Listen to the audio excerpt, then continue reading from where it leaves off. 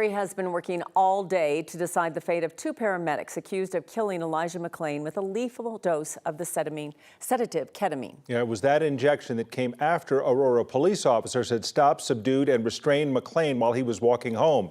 It was on that night in August of 2019 that a 911 caller reported McClain had a mask on and seemed sketchy. Elijah McClain wasn't armed, wasn't breaking any laws. Investigative reporter Kevin Vaughn continues to cover this for us in the courtroom today. He joins us now. Kevin, what do we know at this point? Tom and Kim, not a lot has gone on today. The jury began deliberating about 8:45 this morning behind closed doors, and the only hint to their discussions came in the form of two questions sent to the judge shortly before noon. Paramedics Peter Cichuniec and Jeremy Cooper face multiple charges: reckless manslaughter and second-degree assault, 2 counts of second-degree assault. Prosecutors allege they gave McClain an overdose of ketamine without doing much of anything to assess his medical condition. Multiple experts concluded that ketamine killed him. Today, the jury asked the judge 2 questions in an effort to clarify those jury instructions.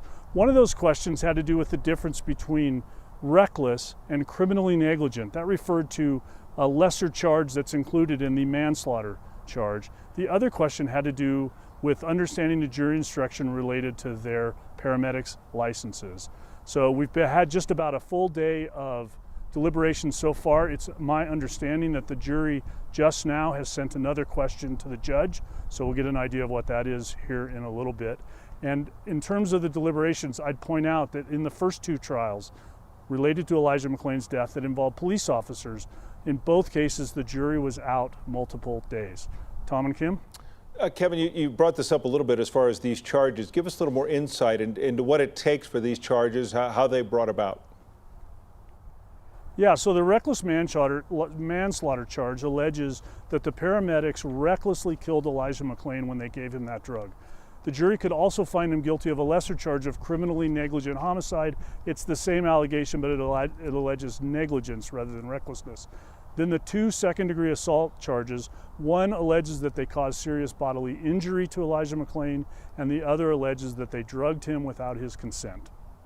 And when you talk about those options the jury has as far as if they decide to convict, that also means the sentencing is different too. It's a wide range. If they're convicted of the most serious charges, the range for the sentence could go from probation at the low end all the way up to 16 years in prison. So it is a wide range, and that'll ultimately be up to the judge if indeed there are convictions.